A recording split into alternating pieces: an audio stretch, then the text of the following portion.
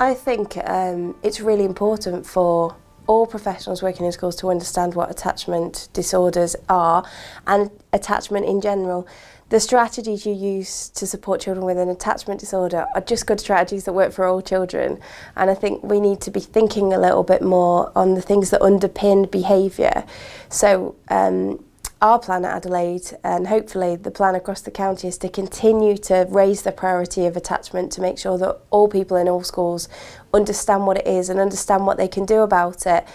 Children with attachment disorders all look very different.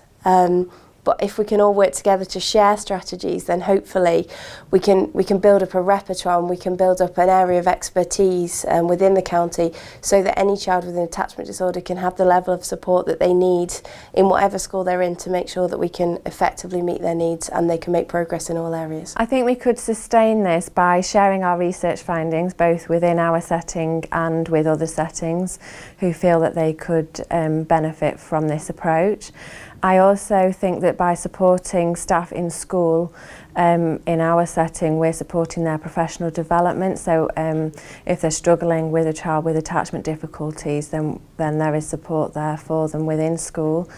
Also supporting staff in identifying children who will benefit from the emotion coaching approach, and then with specific children that have already been identified, supporting them in developing their problem-solving skills so that they are then able to cope with overwhelming feelings, and also to identify when they might need an adult for help. So at Manor Park, we're sustaining the changes we've made by trying to roll out the teaching that we've done to the children and the intervention that we've given to those children in terms of healthy relationships and healthy minds and understanding the brain, understanding each other and their parents as well.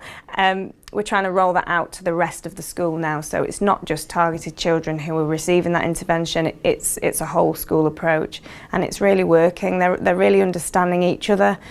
Staff are asking why rather than what are you doing, and the children are feeling like they're listened to, which is great. In terms of sustaining the project and the focus that we had has allowed us to embed it within our school practice. It fits really well with our school ethos and values, and it's something that we talk about routinely. We use the phrase emotion coaching throughout the school. Everyone knows what that is. It's not an isolated thing, so it's carried on. We've also made sure that new members of staff coming in are trained on what emotion coaching is, and we've provided training for some trainee teachers who are in our school at the moment. We've done sessions for them on emotion coaching, which they found really interesting. Our next steps in terms of really embedding it are going to be to roll it out to parents. So that's our plan.